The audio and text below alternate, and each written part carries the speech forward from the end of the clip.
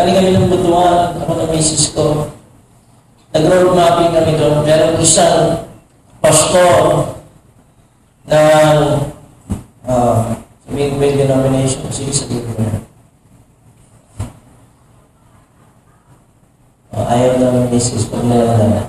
Hindi na sabihin yung denomination. There's a pastor there. Tapos doon nagsalita siya, sabi niya, ayaw po sa amin na binigyan ako ng allowance ng church, 10,000 naman. Sabi niya. Pero, nung binigyan ako ng 10,000 naman, ako ng aking pamilya, iniisip na mga tao sa church, 10,000.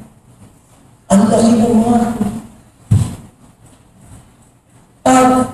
Ilang beses lang magtatrabaho si pastor sa isang linggo? 4 na beses lang.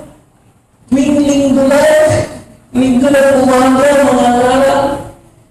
Hindi pwede yun. Kaya, sa church daw nila, si pastor ang karpintero, si pastor ang mekaniko, si pastor ang janitor, si pastor ang hardinero, si pastor ang kung ano-ano. Si pastor ang nakikita, si pastor ang nasisisi, si pastor lagi ang may kasalanan.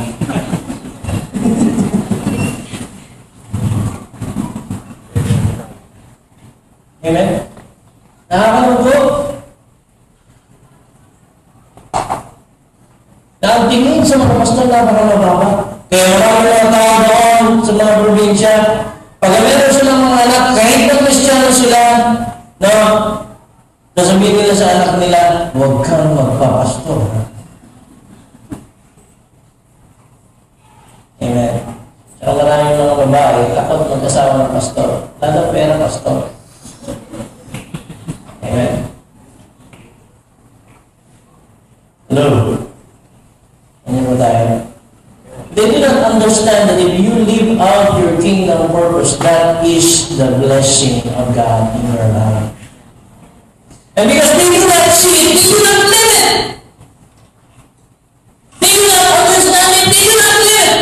They do not see it, they do not believe it. And because they do not believe it, they do not live it. Amen. You have to learn to appreciate God's will in your life. Amen. If you are called in an area of your kingdom endeavor, in the Lord, stick to where you are. God will bless you there. As long as you understand your purpose. Amen? Wala pa nga natin ang Panginoon.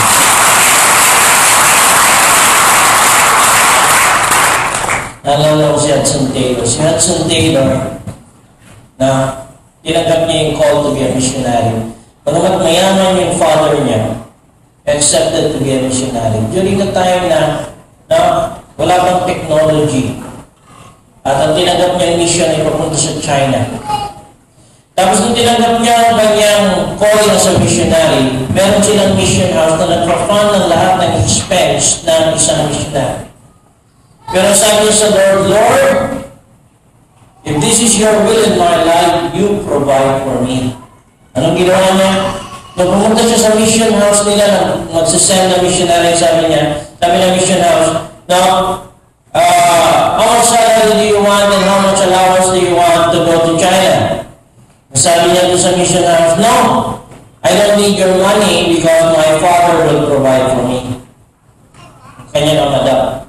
Nung umarap ngayon siya sa kanya, nangayaman, sabi niya doon sa kanyang anak, sabi na naman niya, magkano kailangan mo para makapag-mission ka doon? Papadala kita lagi.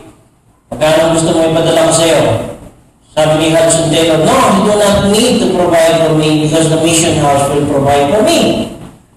Ang ginawa ni Hudson Taylor, sinarado niya ang 2 pintuan because he wanted God to provide for him. He went to China, and then pagdating niya sa China, karamihan ng mga spears niya, mga missionary, they were living in luxury there.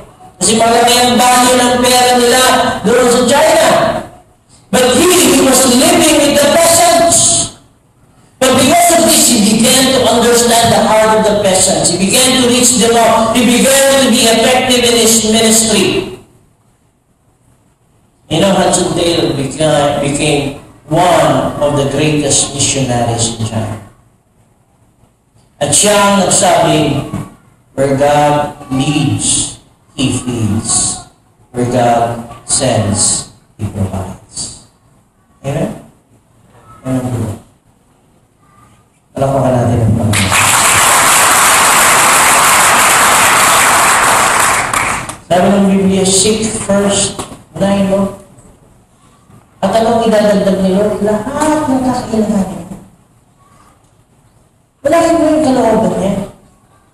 It's like Solomon. When Solomon prayed, Lord, give me the wisdom so that I may take care of your people and be a good shepherd to your people.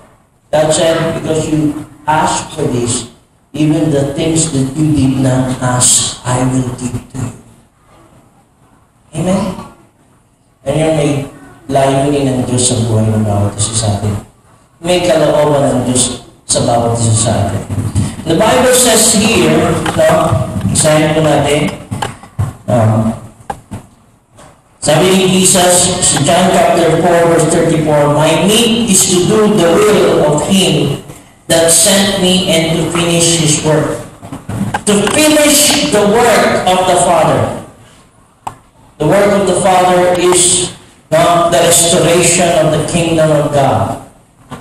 The restoration of the kingdom in the hearts of men.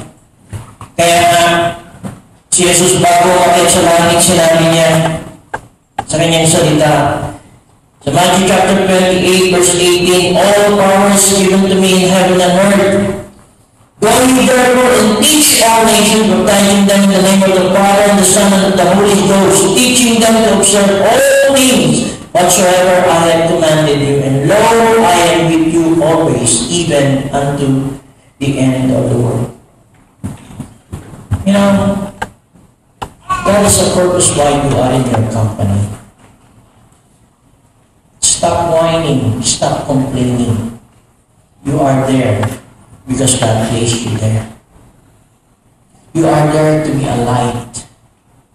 You are there to be a channel of God's blessing. You are there to share the salvation knowledge of Jesus Christ. You are in business because God has a purpose and a calling for you in business. Do His will in your business and God's going to prosper you. The center now of every calling, purpose, and will of God in the life of the believers is centered in this great commission that Jesus Christ has called us to preach the gospel, to share the salvation knowledge of Jesus Christ to everyone. Para yung hindi pa nakakakilala sa Panginoon Kristo, magkaroon ng pagkakakilala kay Jesus. Makilala si Jesus Christ sa kanilang buhay. Amen? Makilala ang Panginoon Kristo. God called each and every one of us for this very purpose. At ito ang kalooban ng Diyos. I don't care if you're a businessman. I don't care if you are a simple empleyado. Lahat tayo tinawag ng Panginoon. At ang kalooban ng Diyos, sa anumang bagay at saan man tayo naroon, magamit tayo ng Panginoon upang ang kanyang kalooban ay magkaroon ka. Amen? Sa oras nito, meron akong mapakitang video. Amen. Amen. And this is about God's will sa buhay ng bawat isa sa atin.